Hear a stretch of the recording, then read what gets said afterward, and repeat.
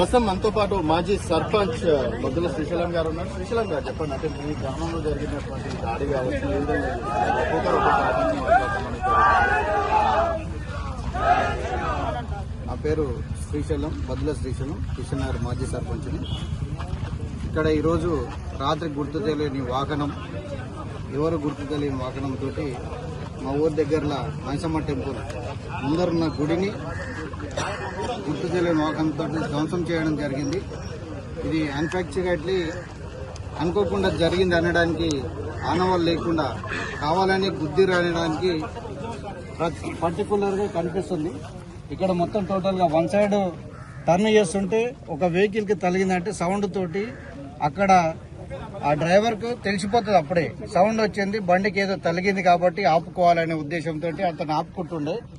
కావాలని ధ్వంసం చేసినట్టుగానే కనిపిస్తుంది కాబట్టి దీని మీద కఠినమైన చర్యలు తీసుకోవాలంటని చెప్పి పోలీసు వారిని మేమందరం గ్రామం తరఫున విజ్ఞప్తి చేస్తున్నాం.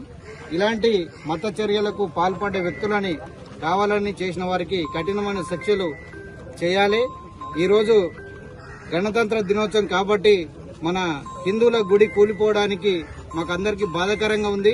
భారతదేశంలో వండుకుంటూ ఇలాంటి దుష్పర్యానికి పాల్పడిన వారికి కఠినమైన చర్యలు గవర్నమెంట్ తీసుకోవాలని చెప్పి పోలీసు వారిని విజ్ఞప్తి చేస్తున్నాం.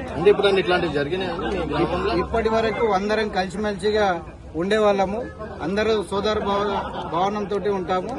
కాకపోతే ఇలాంటి గుళ్ళ విషయానికి మొట్టమొదటి మా గ్రామం పుట్టినప్పటి నుండి అంటే గతంలో గిట్టంగా ఎప్పుడు జరగని విధంగా ఈరోజు గుడి కూలిపోవడానికి కారణం ఎవరనే వ్యక్తులని, కొంతమంది దొంగలంటే బుధాలు తరిమే విషయంలో ఉన్నది.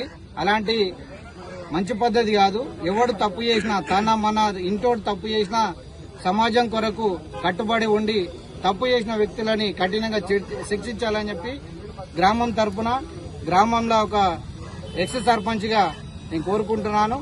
ఇలాంటి వ్యక్తులని సమాజానికి చీడపురుగు లాంటి వాళ్ళని మాత్రము వదలొద్దని చెప్పి నా ఒక కోరిక.